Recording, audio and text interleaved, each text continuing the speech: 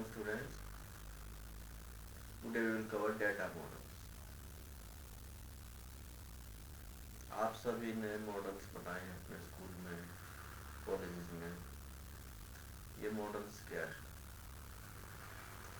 आपने जो कॉलेज में मॉडल बनाए, स्कूल में बनाए, उसमें आप सभी फीचर्स नहीं डालते, बल्कि आप काम की चीज़ें कि ये हमारा पर्पस क्या सॉल्व करेगा, कि what is the purpose of making this project. जैसे आपने उसकी एक मॉडल बनाया हार्ट का, तो आप उसको उसके बिल्कुल सारे कम्प्लेक्सिटी नहीं डालेंगे, बल्कि एसेंशियल पार्ट, एसेंशियल कंपोनेंट की हमारा हार्ट ये काम करता है, आप उसके एसेंशियल कंपोनेंट बनाते हैं। तो ये आपका फिजिकल मॉडलिंग है। अभी जो एक्चुअल में हम पढ़ रहे हैं डेटाबेस मैनेजमेंट सिस्टम, को ऐसे ही डेटा मॉडल्स होते हैं। अब आप एक नक्शा बनवाते हैं मकान का, वो भी एक मॉडल है। उस मॉडल को देख के, उस नक्शे को देख के मिस्त्री ठेकेदार समझ जाते हैं कि भाई हमें क्या करना है, हमें नींव कितनी भरनी है, दीवार कितनी ऊपर उठानी है, सॉकेट कहाँ छोड़ने हैं, ये सारी चीज़ें नक्शे के अंदर होती हैं। तो जो नक्शा है वो आपके guidelines to the developers of house. ऐसे ही डेटा मॉडल्स होते हैं, वो भी they are guidelines for the developers. अभी हम डेफिनेशन लिखते हैं कि data models are a set of concept. Data models are a set of concept to describe the structure of database, relationship of the database, its constraint and manipulation of the data। तो जैसे physical model है आपका, वो भी बताता है कि हमारा ये प्रोजेक्ट क्या क्या काम करेगा।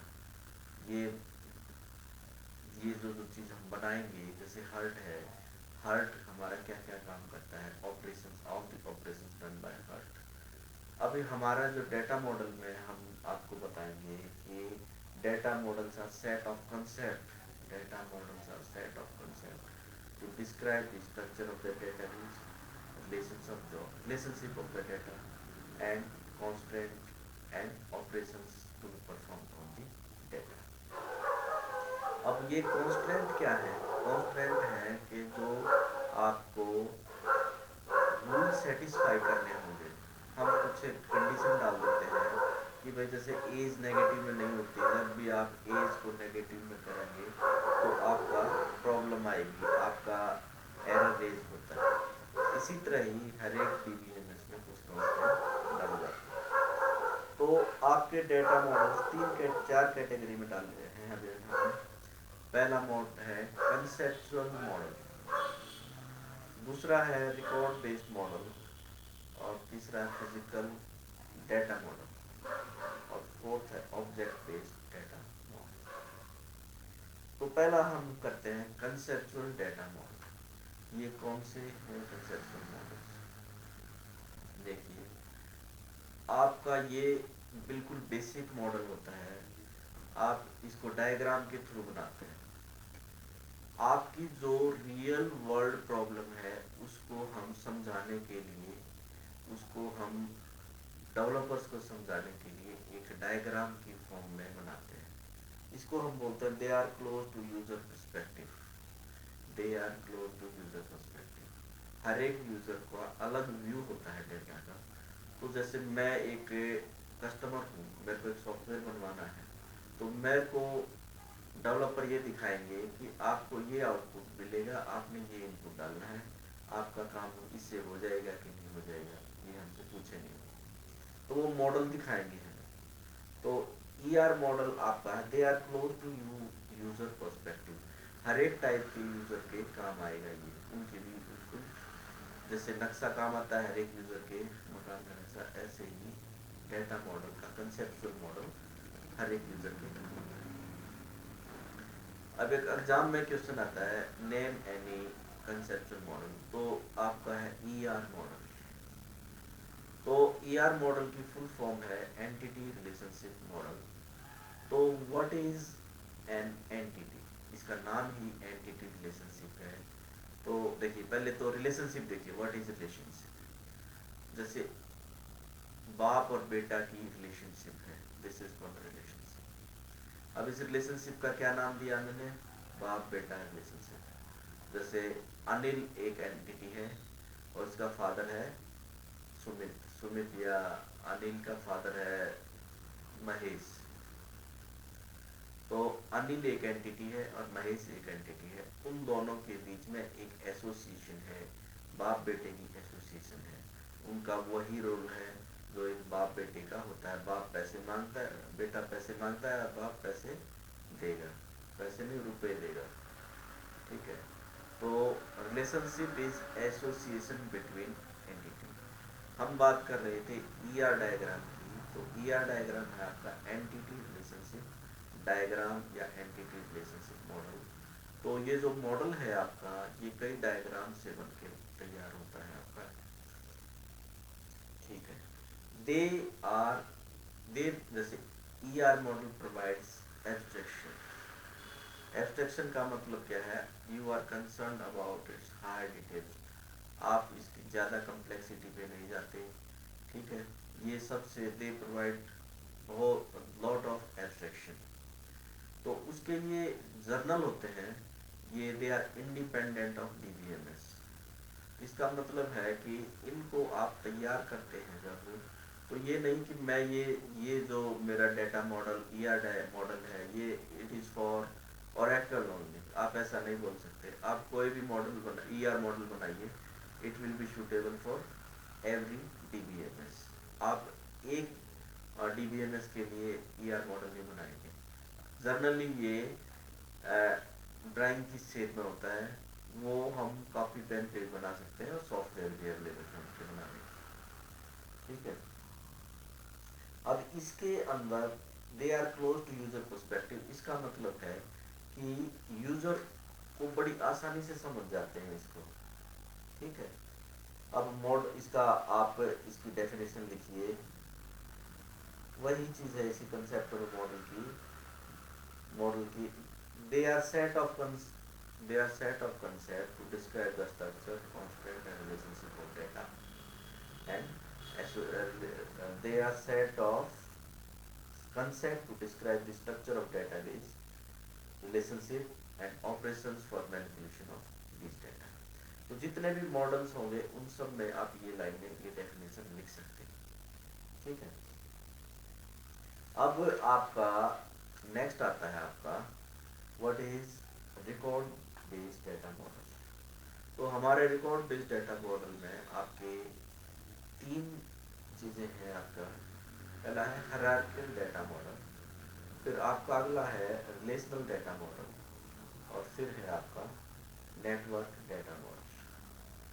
तो हायरार्किकल डेटा मॉडल क्या है आपका, आपने सुना होगा हायरार्की, जैसे at the top of the hierarchy is, जैसे आर्मी की बात करते हैं, at the top of hierarchy is general, उसके नीचे हैं आपके 4 लेफ्टिनेंट जनरल, फिर हर एक के जनरल के नीचे लेफ्टिनेंट जनरल के नीचे 4 मेजर जनरल, फिर हर एक मेजर जनरल के नीचे लगभग 16 ब्रिगेडियर्स, और एक ब्रिगेडियर के नीचे बहुत सारे कर्नल, और एक कर्नल के नीचे बहुत सारे लेफ्टिनेंट कर्नल, मेजर, कैप्टन और लेफ्टिनेंट। ये आपकी ऑफिसर्स की हायरार्की है। जैसे अब आप इसमें देखिए, एक आदमी के 2 बॉस नहीं हो सकते। ये नहीं कि भाई आप मैं ये बोल दूं कि भाई जैसे एक लेफ्टिनेंट के ऊपर ऐसा नहीं कि उसके 2 कैप्टन के इंस्ट्रक्शन चलेंगे, एक कैप्टन का उसका, ये किसके ग्रुप में है, इसके ग्रुप में है, तो सिर्फ उसी की इंस्ट्रक्शन मानी जाएगी। ऐसे ही आपका हायरार्की मॉडल में एक पेरेंट होगा, उसके कई चाइल्ड होंगे, तो parent to child ratio is 1:n। जबकि चाइल्ड टू पेरेंट रेशियो, एक चाइल्ड के कितने पेरेंट होंगे? Child to parent ratio is 1:1, एक चाइल्ड का एक ही पेरेंट होगा, ठीक है। जबकि parent to child ratio is 1:n, एक पेरेंट के बहुत सारे चाइल्ड होंगे। तो हम अब यही आपका जो आपका ट्री स्ट्रक्चर है डाटा स्ट्रक्चर का, वही उसी बेस पे ये आपके मॉडल बनता है, ठीक है। अब इसके अंदर कुछ वही कंसेप्ट है, childless nodes are called leaves, वही चीज। Children of same parents are called siblings, वही वो भाई बहन है, एक लेवल पे उनके एक जैसे सिबलिंग होंगे। वही ट्री और बैलेंस ट्री वाली definition, a tree is said to balance if every path from root node to leaf has the same length, ऊपर से नीचे तक, रूट से लीफ तक, हर एक लेवल पे, हर एक में every path from root to node leaf has same length, हर एक पाथ पे रूट टू नोड लीफ के ऊपर सेम लेंथ होनी चाहिए। अभी एक एग्जांपल लेते हैं, जैसे ये देखिए, इसमें ये कैसे दिखाया जाएगा। एक स्ट्रक्चर है, डाटा स्ट्रक्चर है फैकल्टी, उस फैकल्टी डाटा स्ट्रक्चर के 3 एट्रीब्यूट है, 3 मतलब आप कॉलम लगा लीजिए, फैकल्टी आईडी, फैकल्टी नेम और फैकल्टी डिपार्टमेंट। जैसे फैकल्टी ई है वो कंप्यूटर साइंस में है और डिपार्टमेंट कंप्यूटर साइंस। दूसरा फैकल्टी है वो बी नाम है और वो केमिस्ट्री का है। तीसरी फैकल्टी सी है और वो फिजिक्स डिपार्टमेंट। अब ये देखिए, एक क्लास है, तो वो क्लास एक टीचर कई क्लास में पढ़ाता है, एक फैकल्टी कई क्लास में जाएगी, ठीक है। तो वो उसको सेक्शन बता देंगे और रूम बता देंगे। अब जैसे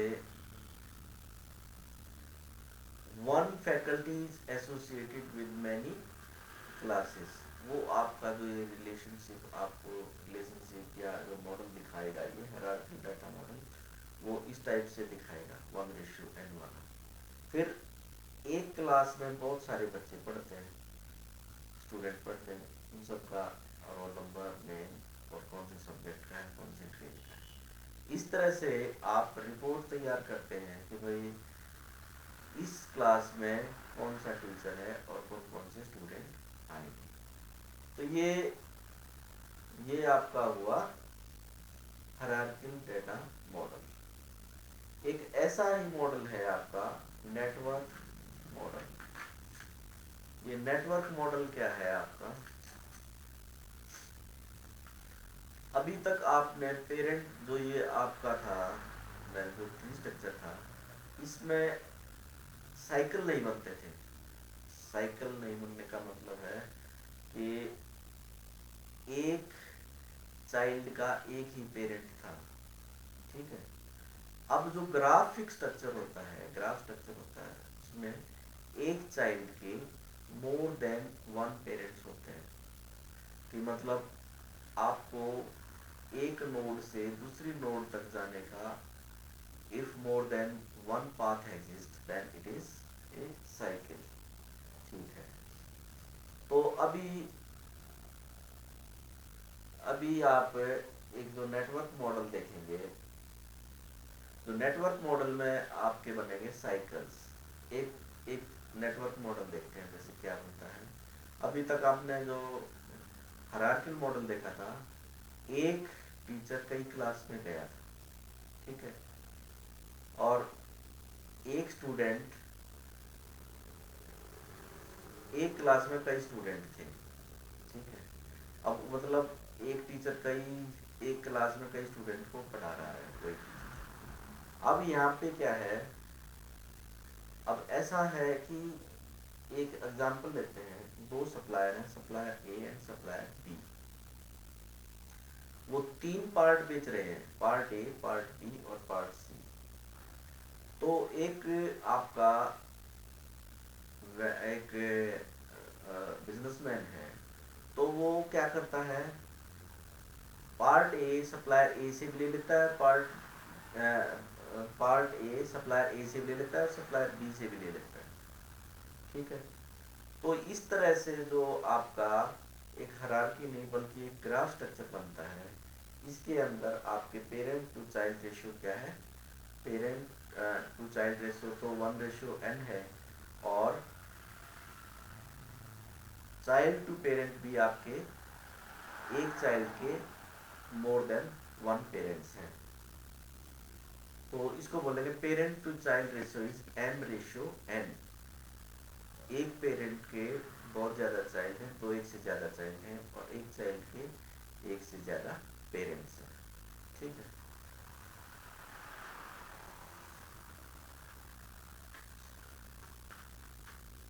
अब नेक्स्ट करते हैं हम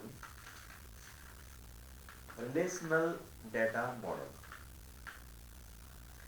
रिलेशनल डाटा मॉडल का आपको, आप कॉपी पेन पे जब वो आप टेबल बनाते हैं कोई डाटा स्टोर करने के लिए, that is all an example of relational model. इसमें आपके रिलेशन को बोलते हैं टेबल। टेबल मीन्स जो आप को किसी चीज़ का डाटा, जैसे आपको डाटा स्टोर करना है रोल नंबर, नेम और एज, तो आप एक ऊपर 2 कॉलम बना के 3 कॉलम रोल नंबर का, नेम का और एज का। फिर उसके बाद आप रिकॉर्ड पढ़ना शुरू करते हैं, रोल नंबर 1 नेम ए, एज 20, रोल नंबर 2 बी 21, 3 सी 12, 4 डी 15, कुछ इस तरह से आप रिकॉर्ड भरते हैं। तो इसमें कुछ कंसेप्ट होते हैं।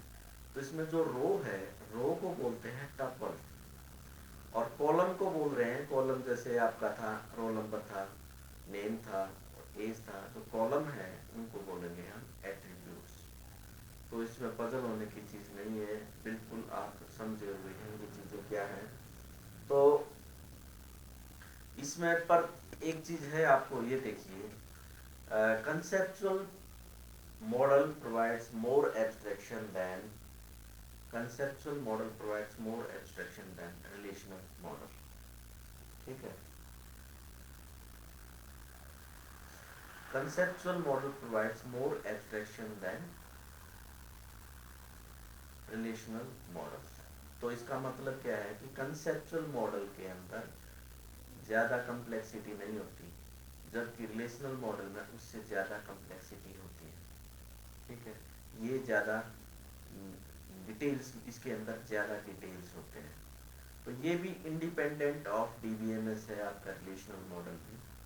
तो इस रिलेशनल मॉडल को इंडिपेंडेंस, जो आपका इंडिपेंडेंट ऑफ डीबीएमएस बोलेंगे इसको।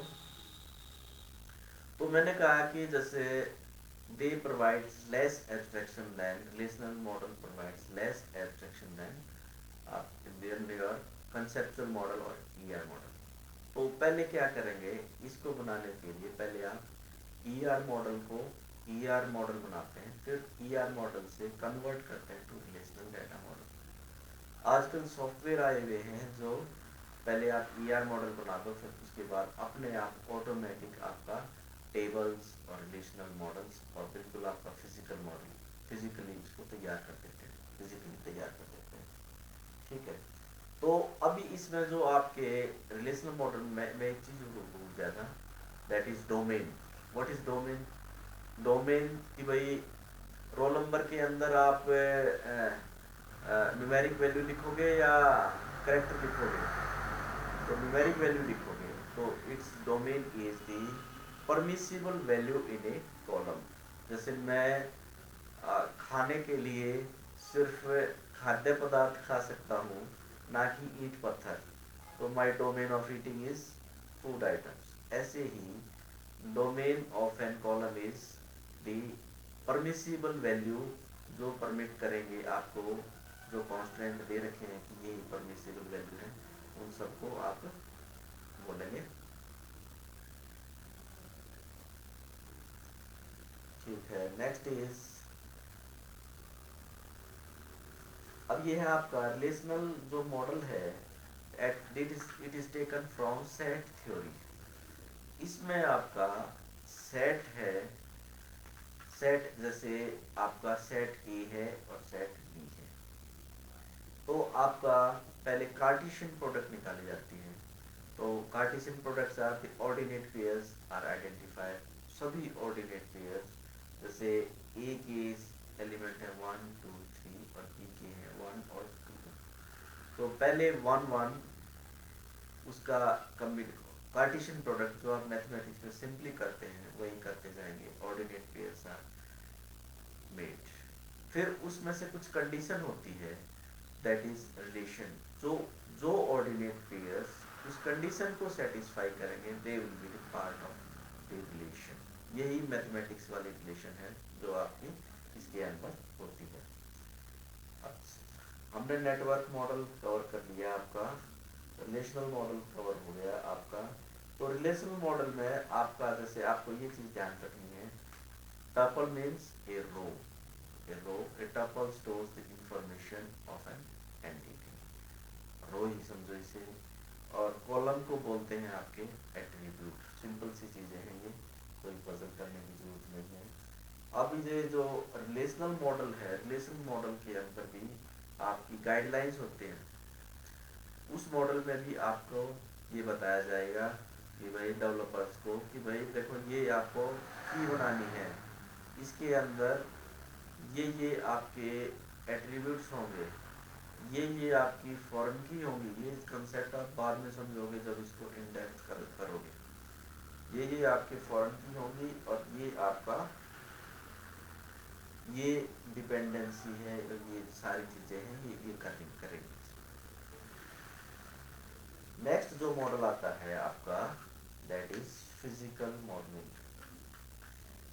फिजिकल मॉडलिंग का क्या है अपन देखिए, सबसे पहले आप कंसेप्चुअल मॉडल बनाते हैं। कंसेप्चुअल मॉडल के बाद आप आते हैं रिलेशनल मॉडल पे। रिलेशनल मॉडल और कंसेप्चुअल मॉडल दोनों चीजें आपकी इंडिपेंडेंट ऑफ डीबीएमएस है। अब आपका जो ये जो अब हमें एक इसको कुछ रियलाइज करना है ताकि वो किसी सॉफ्टवेयर पे चले।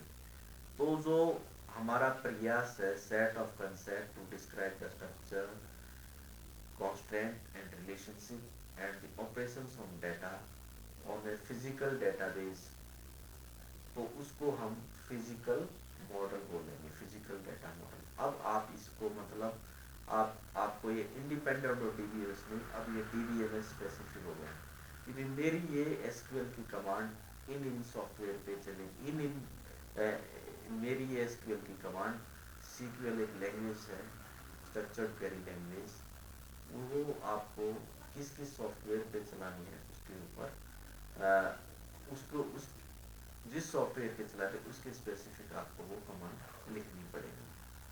ठीक है। Next is object based data models. ये आपके ऑब्जेक्ट बेस्ड डेटा मॉडल्स क्या हैं, तो इसमें आपका ऑब्जेक्ट ओरिएंटेड प्रोग्रामिंग के कंसेप्ट होते हैं, वही फ्यूचर ऑब्जेक्ट ओरिएंटेड प्रोग्रामिंग की कि भाई it should provide data abstraction, polymorphism, data hiding, और ये सारे फीचर आपको इसमें दिए जाएंगे। इनहेरिटेंस, डायनेमिक बाइंडिंग, ठीक है, ये सारे जो कंसेप्ट हैं ये सारी चीज़ें इसमें दी जाएंगी। अब नेक्स्ट है आपका ऑब्जेक्ट रिलेशनल मॉडल। अब ऑब्जेक्ट रिलेशनल मॉडल में के अंदर क्या है, ऑब्जेक्ट ओरिएंटेड फिलोसफी के कंसेप्ट प्लस आपका ऑब्जेक्ट ओरिएंटेड प्रोग्रामिंग के रिलेशनल मॉडल के कंसेप्ट